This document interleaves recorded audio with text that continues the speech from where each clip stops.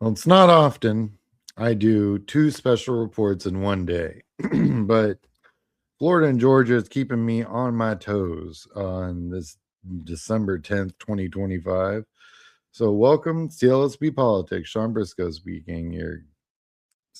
Wow. Okay. So, I just spoke about Miami, and Miami was crazy. So then of course, Georgia had a special election last night as well. It was a state house seat just outside Athens. Didn't think much of it, really. I mean, just to run the numbers by you really quick, pretty brutal.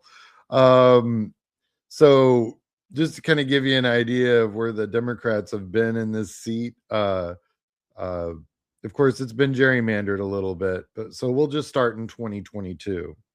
Right? So in 2022, the Republican won this seat by about 5,400 votes, right? Solid win. 60 to 40, 20-point gap. Huge, huge gap. Uh, then in 2024, that gap actually increased by about two. So 22-point gap. Ended up winning that seat by a little over 7,000 votes. Uh, wow. Okay. Again, solid. And then we come to this weird little special election on December 9th, 2025. So the big takeaway, of course, is yay, the Democrats won this seat by what is looking to be about 200 votes. But that's not really the big story here. I mean, it's a great story. Super excited that this crazy gerrymandered state house seat flipped. Amazing. Special election. Keyword special, right? Take it for what it is. It is a special election.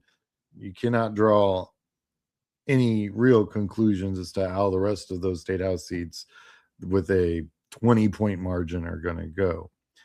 Yes, this is a 20-point swing, by the way. 22-point swing. Anyway, the most interesting thing is in special elections, you always have reduced turnout.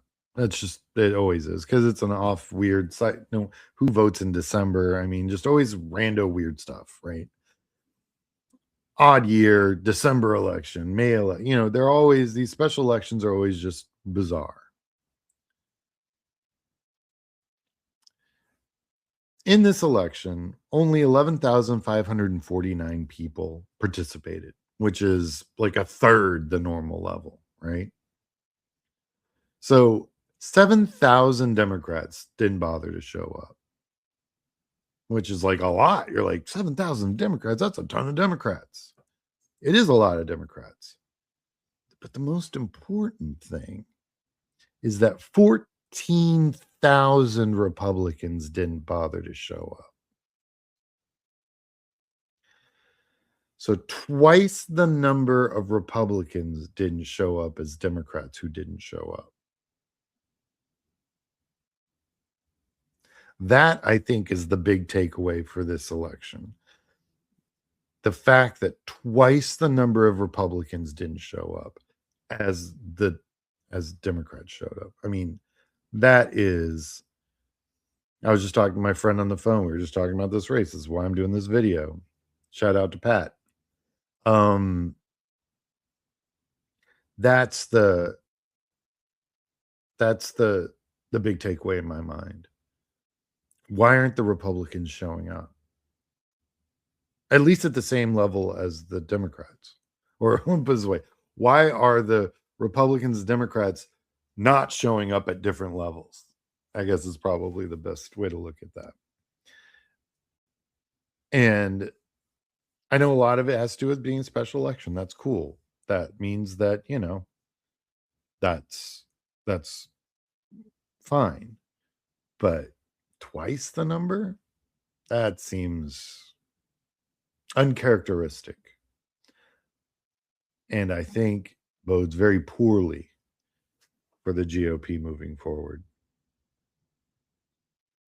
So that's my rant. I'm going to keep it to 5 minutes, but I just thought I would share that little piece of insight as to where the GOP really is headed. Today was a bad day for the Republican Party. All right.